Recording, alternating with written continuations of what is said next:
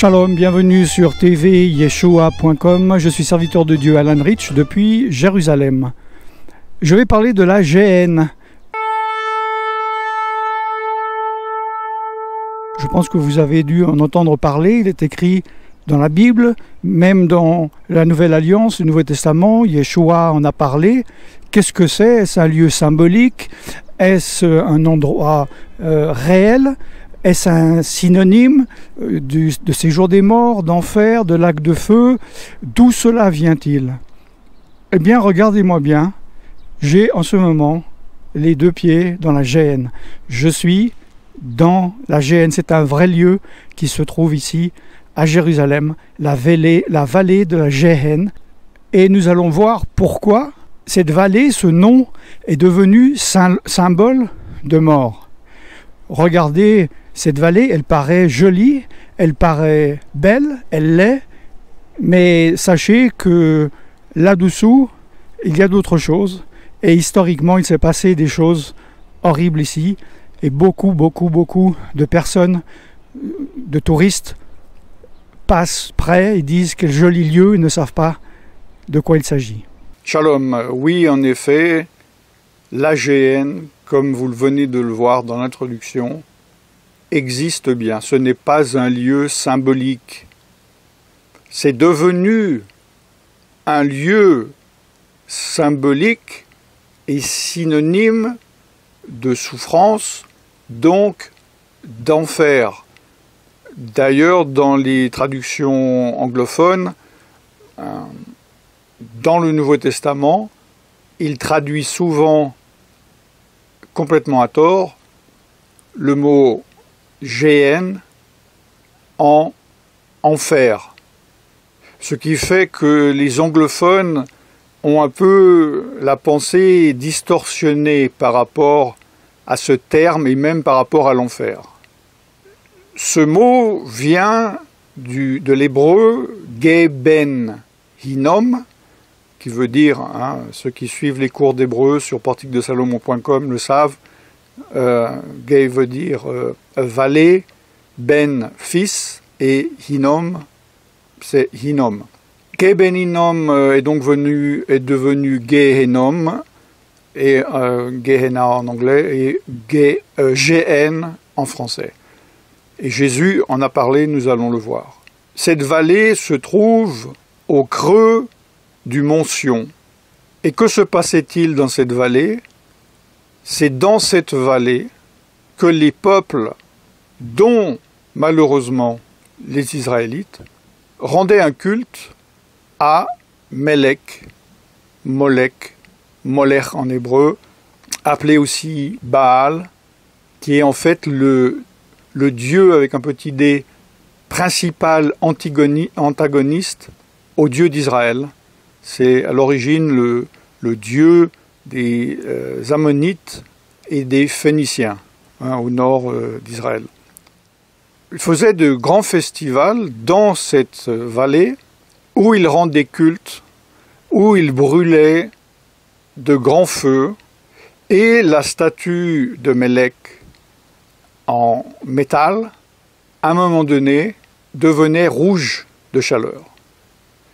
Et à ce moment-là, à la fin du festival, le sacrifice suprême était d'offrir un enfant à Melech qui a toujours les bras ouverts pour recevoir le sacrifice, principalement d'un enfant. Et donc l'enfant était déposé sur ses bras rouges de chaleur, et l'enfant se consumait et brûlait jusqu'à la mort.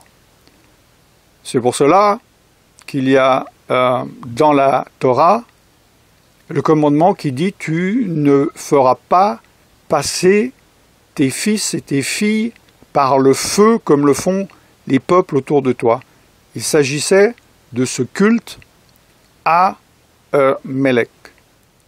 Jésus a parlé évidemment de la GN, puisque dans la culture juive, la GN, il savait ce que c'était. Et c'est devenu le synonyme, le symbole de la damnation éternelle de l'enfer. D'ailleurs, dans les traductions de la Bible en anglais, ils ont fait la grande erreur, je pense que c'était pour ne pas compliquer, de traduire dans beaucoup d'endroits du Nouveau Testament le mot Géhenne par le mot enfer. C'est vrai que c'est un synonyme, mais c'est quand même quelque chose d'important à connaître et à savoir. C'est pour cela d'ailleurs que je fais cet enseignement. Alors, dans l'Ancien Testament, évidemment, nous voyons cela, par exemple, dans 2 Rois, chapitre 23, verset 10, le roi souilla Tophet, je vais en parler après si vous ne savez pas ce que c'est Tophet, dans la vallée des fils de Hinnom. Donc là encore, bon, il a raison quelque part, il traduit en français, c'est Ben Hinnom, mais il dit les fils de Hinnom, afin que personne ne fît plus passer son fils ou sa fille par le feu en l'honneur de Moloch, Molech ou Moloch, etc. Il y a plusieurs manières de le prononcer. Dans Jérémie chapitre 7, verset 31 aussi, ils ont bâti des hauts lieux à Tophet, dans la vallée de Ben Hinnom, pour brûler au feu leurs fils et leurs filles, ce que je n'avais point ordonné, ceux qui ne m'étaient point venus à la pensée. Alors, Molech, ce dieu, veut dire roi. C'est le symbole de roi. En hébreu, Melech, c'est le roi. Et donc, on va appeler Yeshua le Melech, le roi. On va appeler Adonai, le Dieu d'Israël, Melech, Melech Haolam.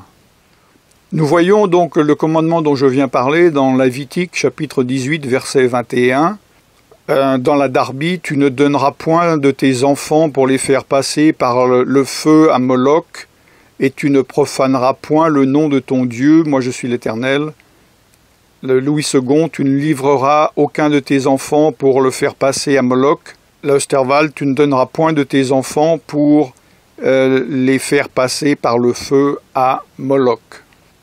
Nous pouvons voir également dans Jérémie, vous pourrez lire du verset 1 au verset 13, dans Jérémie 19, lorsque Dieu prophétise sur Jérusalem à cause de ces pratiques de la maison d'Israël qu'il avait interdites, et Dieu lui dit, à partir du verset 1, « Ainsi dit l'Éternel, va et achète un vase de potier », parce que bon, c'est la vallée aussi où il faisait les poteries, j'en parle dans d'autres émissions. Et prends des anciens du peuple et des anciens des sacrificateurs, et sors vers la vallée du fils de Hinnom, Gé Ben Hinnom, la Géhenne, qui est à l'entrée de la porte de la poterie, et crie là les paroles que je te dirai. Et il fait prophétiser des malédictions sur Jérusalem par rapport aux pratiques que la maison d'Israël avait de s'être alliée avec les nations pour sacrifier leurs enfants à Moloch, Melech, et à servir les dieux du ciel. Donc vous voyez l'importance même pour Dieu aussi symbolique de ce lieu, parce que le lieu où un prophète prophétise est très important.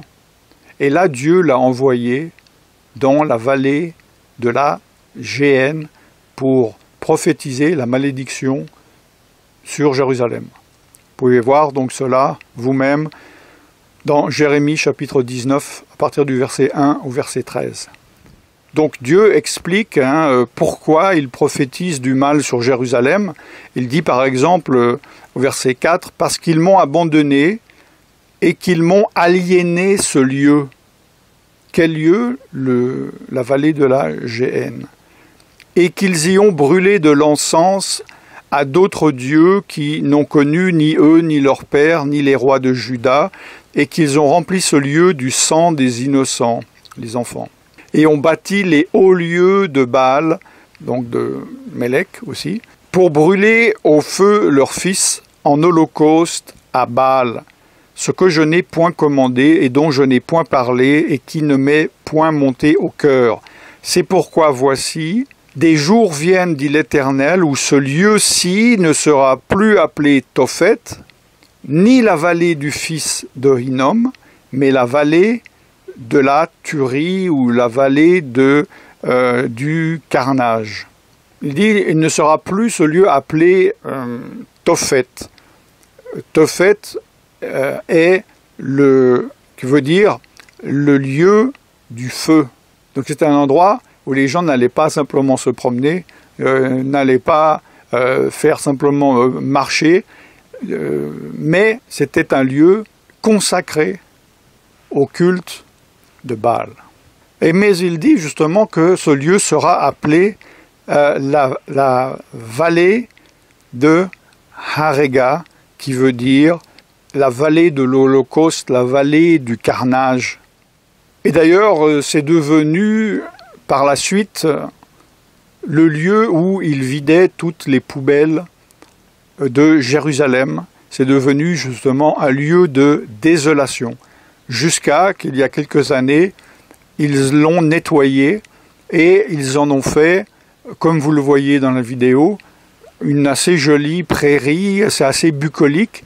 Et je dois avouer que j'ai découvert ce lieu par hasard, parce que je marche beaucoup à Jérusalem, je suis souvent à Jérusalem, et j'étais étonné pendant une année ou deux, je faisais des vidéos dans ce lieu, je me dis comment un aussi joli lieu à Jérusalem, il n'y a pratiquement jamais personne.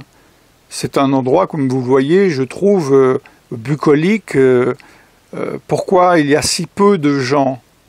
En fait, déjà, le peuple juif connaît son historique, mais il y a aussi toutes les craintes, les peurs et les superstitions, car il y a évidemment des histoires racontées par rapport que ce lieu est maudit et qu'il y a les esprits des morts qui sont encore là et qui rôdent et qui attaquent les gens qui oseraient venir sur ce lieu que Dieu a maudit, comme nous l'avons vu dans Jérémie, ce qui fait que cette vallée est maintenant, en effet, désolée. Il n'y a plus personne, malgré qu'elle soit, en tout cas à l'œil nu, une très très belle vallée. Nous voyons donc dans la Nouvelle Alliance, Yeshua parler de la géhenne, par exemple dans Matthieu chapitre 5, verset 22. Moi je vous dis que quiconque se met en colère légèrement contre son frère sera passible du jugement, et quiconque dira à son frère Raka sera passible du jugement du Sanhédrin, ou Sanhédrin je crois en français, et quiconque dira fou sera passible de la géhenne du feu. C'est en fait par rapport au dire de Yeshua que des doctrines ont été basées sur ces paroles. Évidemment, il y a des siècles, alors qu'il y avait très peu de connaissances de la culture juive et le mépris de la Tanakh, de l'Ancien Testament, il y a eu beaucoup de doctrines qui disaient que la géhenne était un lieu à côté de l'enfer, ou que c'était l'enfer, voilà, au lieu du lac de feu. Entre autres, de là vient le grand malentendu du terme, du lieu de la condamnation, de la damnation éternelle que la plupart des gens du monde et des chrétiens appellent l'enfer, ou la géhenne, alors que ce n'est pas le cas, évidemment.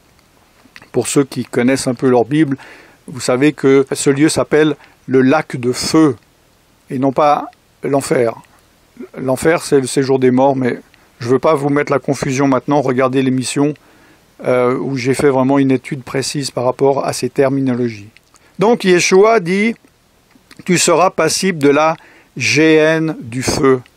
Quand Yeshua dit ça à ses disciples, les disciples comprennent de quoi il parle. Parce que la géhenne, c'est le symbole de la malédiction. C'est le symbole de l'enfer, de la condamnation éternel. C'est pour cela qu'il peut se permettre d'utiliser ce terme. Évidemment, il est certain, par exemple, que lorsque Paul parle à des non-juifs en Turquie actuelle ou en Grèce actuelle, il n'aurait jamais utilisé ce terme qui ne voulait absolument rien dire pour eux. Et donc, Yeshua continue évidemment dans ses enseignements de Matthieu 5, il reparle si ton œil droit, etc. Il est avantageux pour qu'un seul de tes membres périsse et que tout ton corps ne soit pas jeté dans la géhenne. Dans verset 30, il en reparle. Au chapitre 10, verset 28, il continue. Ne craignez pas ceux qui tuent le corps et qui ne peuvent pas tuer l'âme, mais craignez plutôt celui qui peut détruire et l'âme et le corps dans la géhenne. Dans Matthieu 18, verset 9, etc., etc.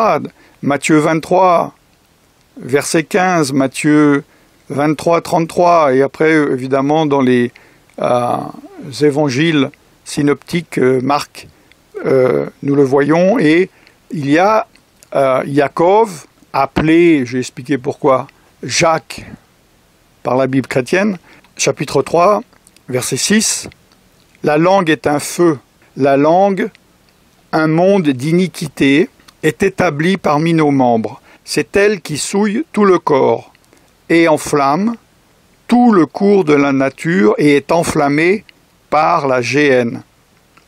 De nouveau, Yaakov, Jacques, s'adresse à des personnes qui connaissent ce parallèle.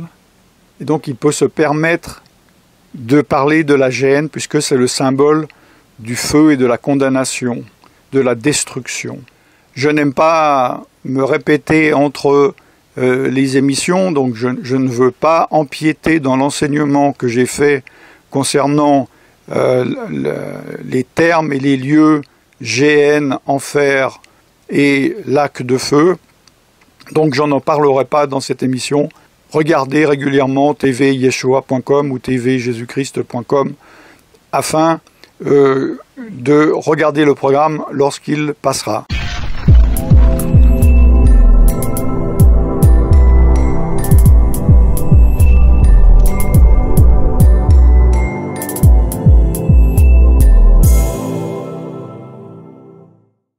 Cette émission est maintenant terminée. Restez connectés sur tvyeshua.com. Nous émettons 24 heures sur 24, 7 jours sur 7, gratuitement. Et je vous bénis malgré que je sois dans la géhenne, au nom tout-puissant de Yeshua HaMashiach.